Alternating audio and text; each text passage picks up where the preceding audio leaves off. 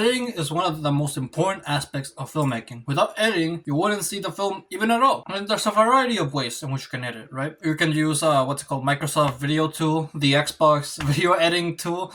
That's what I did for my first YouTube video, by the way. And there's a variety of tools and apps out there that you can use in order to edit your video, in order to make it good, in order to make a good, pleasant film. But I believe that one of the best tools out there has to be Premiere Pro, Adobe in general. I don't know why, but I just like the system of Adobe. It's just so simple to get to, and it's kind of complicated at first, but once you understand it, it's really efficient and you can get really creative. I don't know why, but I just prefer this. I know you do have to pay a monthly subscription, or you do have to pay for it. I pay for the subscription anyway. It's like a 1-year contract where you have to pay like $23 a month, but I believe it's worth it. Right now, I'm just gonna give you the simple fundamental things that you need to know about Premiere Pro in order to get the basics down and at least make your own first film. I want this channel to be not just about my experiences, but I also want to teach you what I learned from my experiences, like how I get to making films. And one of the ways in which I get to make these films is through Premiere Pro.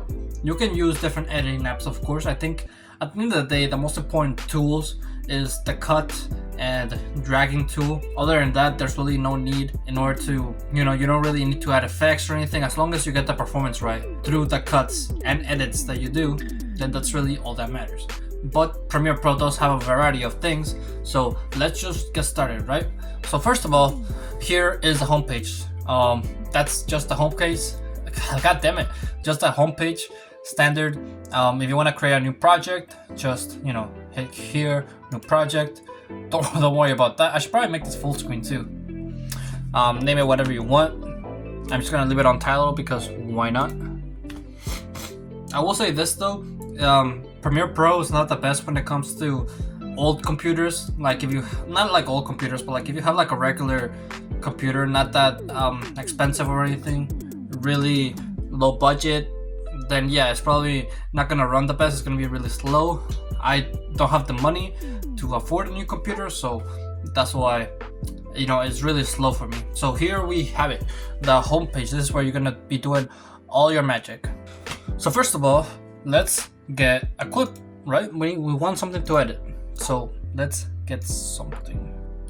You could like double click here where it says add your media. You could double click and it'll show like your folder, but I just prefer go like open up folders and then just choosing from here.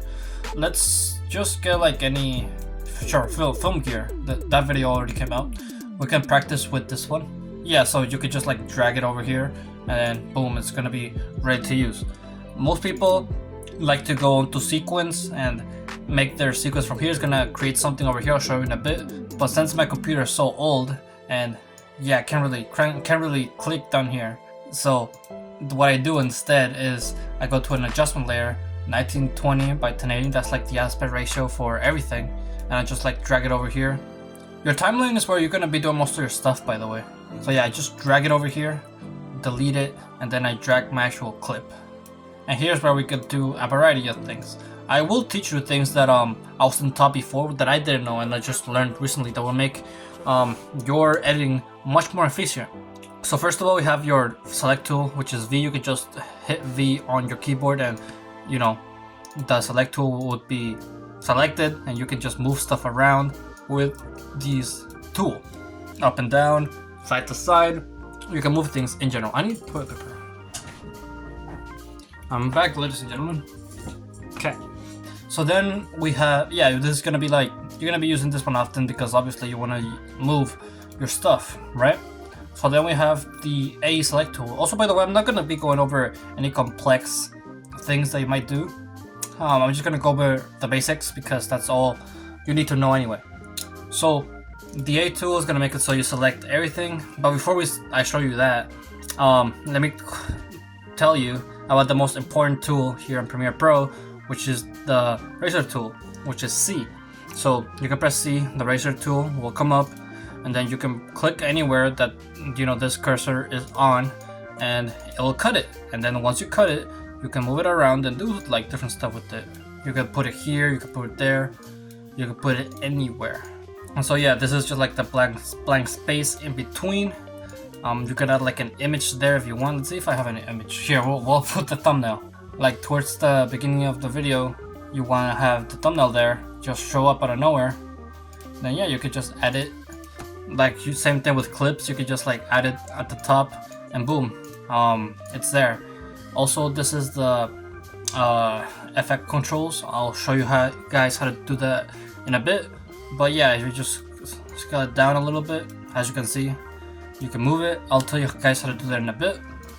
But yeah, you can just add stuff and then you can move it around, and then you know, you can have it be like that.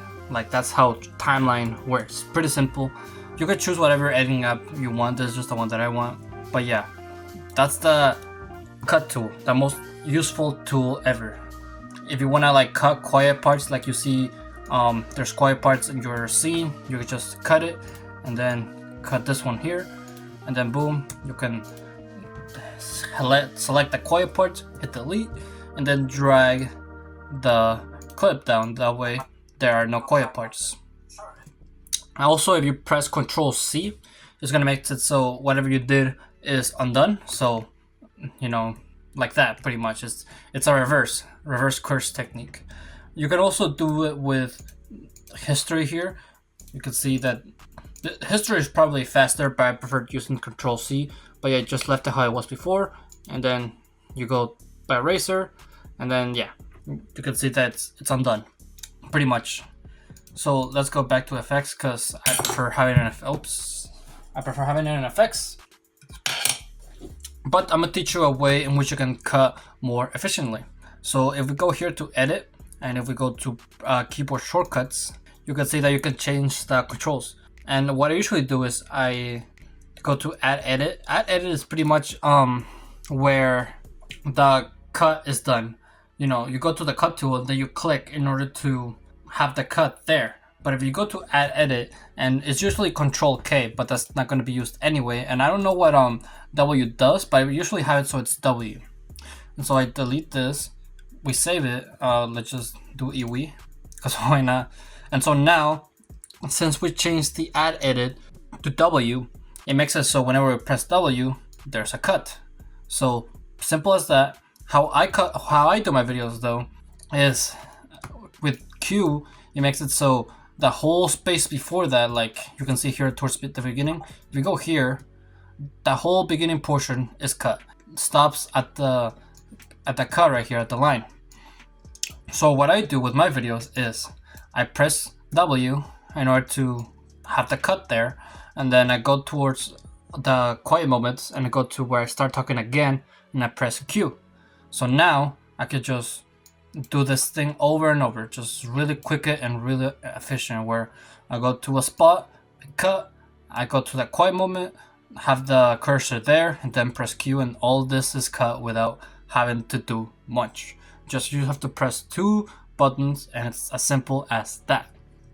So now let's go over the A select forward tool, and it's pretty much as just like it selects everything. That's all it does. It selects everything. But it doesn't select stuff that's from the back. Like you can see, I pressed it there. It doesn't select this part. If you press A and then you hold, like if you're in this tool, if you're in this tool and you press, if you hold Shift, actually, it'll only select that side. So as you can see, the top part here is not selected. So if you only want to select the bottom part, and you just press A, hold Shift, and then you click, and then this part won't be selected. That's how it is usually. Now let's go over the effect controls. So as you saw, I have the image here, and if we go over, if you click it, and then we go over to effect controls, we can see that we have a couple options here. We have positions, which makes sense, so we can move it around, change where it does, you know, change where it goes. And then we also have scale, which makes it so, you know, we can see how big it is. You can change how big it is. That's how you do it. I did said that twice. Rotation, rotate it. Simple as that. They have opacity. I don't know what anchor point and anti-flicker does. Yeah, I don't usually play with those. But yeah, opacity is just how much you can see of it. You know, you can see all like nothing of it or all of it. So let me show you how to animate something though. So let's say we want to move this side from right to left. we will click on this watch here, toggle animation. We will click on it, and then you can see there's a little line right there. That's where the animation usually starts. And then if we drag it over here, you see there's another thing dot over here. So you can see that now, if we play it, it moves. This is just pretty much the stopping point. But if we want to, let's say, have it so it goes up, right? This is still gonna be the same. That ending point is gonna be the same. It's just the beginning portion just changed. And yeah, just the middle portion just changed. But no matter what, the beginning portion and the end portion are gonna stay the same. I wouldn't, I recommend that you obviously play around with tools here, Premiere Pro, see how things work, see how things are. You don't have to base your animation based on the beginning and end. You can just go, like, for example, let's delete this one. We can just have this one towards, like, be shorter, and then make a new one, make it so it moves up and then left. So it's gonna go, so we go here, it moves to the right, and then it goes back up, and then it goes back down, and then you can play around with the animation too. Same thing goes when it comes to the scale, rotation, and the other aspects of the effect controls that have this clock right here. You can make it so it's at 60 right here, and then towards here it grows bigger, so it continuously grows bigger. And then you can also make it set so it rotates at the same time, so it rotates. And also, don't worry about that yet. And also have it so you lose the opacity over time, so it becomes like 70%, like you can see 70% of it. And yeah, you can just like play around with the animation and stuff. It's really fun. You can also have the audio. There's since this is just an image, there's no audio obviously, but if we click on the video here, you can see that if we scroll down, we have audio, and it's pretty simple. You could just reduce the audio or increase the audio, simple as that. If it's negative, then of course it's less, and if it's normal numbers, then there's gonna be more higher value. So let's just keep it at 0 for now. Okay, now let's go over text. This is something that I hope works, because usually my computer crashes whenever I do use text, but you just hit T and then you click on the screen and then it creates a text. So let's just say subscribe, sure, right. So we have our text here. So would you just click on the screen, you write whatever you want to write, and then in order to change several aspects of it, you go to effect controls, and you still look down until you see text, and over here you have several options that you can do with the text.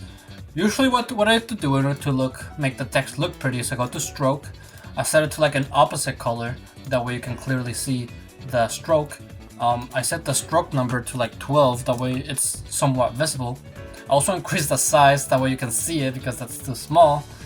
And then you can also have a shadow to make it more pretty and make it look better pretty much. And then here you can change the font. There's a variety of fonts that already come with your computer, so you can choose whichever one you want for your film, your video, whatever. But I also wanted to mention that there is this website called The Font, which has like a sort of like a lot of variety of fonts that you can use that are not already built in your computer. And yeah, I just wanted to mention the website. So go find it yourself. I'm not gonna tell you. Why should I tell you? It's just The Font. Search it up on Google. It's not that hard. Okay. Okay, so now let's go over audio. So let's see if I have any audio. I probably don't. Let's see if music. If I have any audio. Okay, well, looks like I don't. Just like audio. It's mostly just audio and video. But I guess I'm gonna tell you how to use it anyway, because it's just how I do it. And so here, if you click on the video, it usually selects both the video and audio, right? If you select a clip. But if you right click it and you select on link, also this has like a variety of things. This has you can nest it, you can change the speed, so you can make it faster, slower. This is how you do slow motion and stuff. Right clicking also gives you like a lot of stuff, right? But in order to change the audio, it makes it so you can hear it. You just click on it, it separates the video and audio. You click on the audio, and then you just press delete, and then you don't hear anything. You can see me talk, but you don't hear anything. But let's say I want to add music. It makes it so I have music instead. You just put it on the bottom, make sure it doesn't overlap with your actual audio. since there's also a video, I'm gonna make it so I unlink it and then I delete the video but keep the audio. I'm also want it so I want this part where it gets the loudest. So I'm gonna cut it and then delete the part where it's sort of quiet, not that really all that high a volume, and drag it towards the beginning of where I start talking. Then since it's probably gonna be louder, like it's gonna be louder than when I actually talk, I wanna make it so it's much more quieter. So let's go to audio level. Let's make it -30, right? So now we should be able to hear both the music and what I like me talking at the same time, right? Yeah, there you go. So that's how you would add audio. There's an MP3s. MP3s don't really have videos. You just drag them on the bottom. They're a different color too, so they'll be easier to spot. But yeah, that's how I would add audio to a video or like a film or something. Then there's also the workspaces. So if we go to Window, workspaces, I always have mine in effects because that's just the format that I like the most. There's different workspaces that you can try around, see which one you like the best, see which one you feel most comfortable in. It's a matter of just preference. Then there's also this area over here on the top. I don't really touch this area because I don't really want to. There's not really a lot that helps me in this area besides this, which is markers, which you could just like mark down parts of your clip that like you want to go back to or like you want to do stuff like that. Also there's these keys right here which just go frame by frame. You can also do the left and right arrows to go frame by frame. Hold it down, the left arrow, and then you can move around. If you hit the up button though, I'm pretty sure that takes you to the beginning of your clip, and if you hit the down arrow key, that takes it towards the end of your clip. It takes you all the way until it sees an edit right here.